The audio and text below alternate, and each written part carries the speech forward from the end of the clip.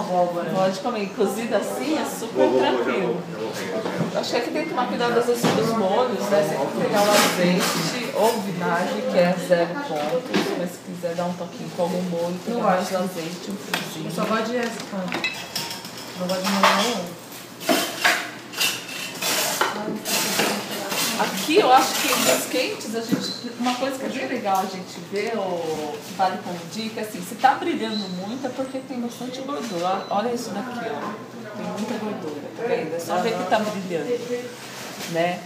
E eu acho que é interessante nunca misturar dois grandes nutrientes, que nem pegar o arroz e o macarrão, são duas fontes de carboidrato. Né? Então é sempre ou arroz ou macarrão. O arroz e o feijão, que é uma combinação boa de carboidrato e proteína. Então, e uma carne só.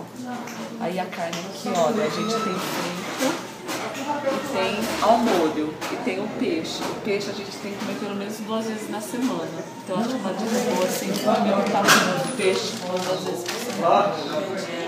Tá? É isso.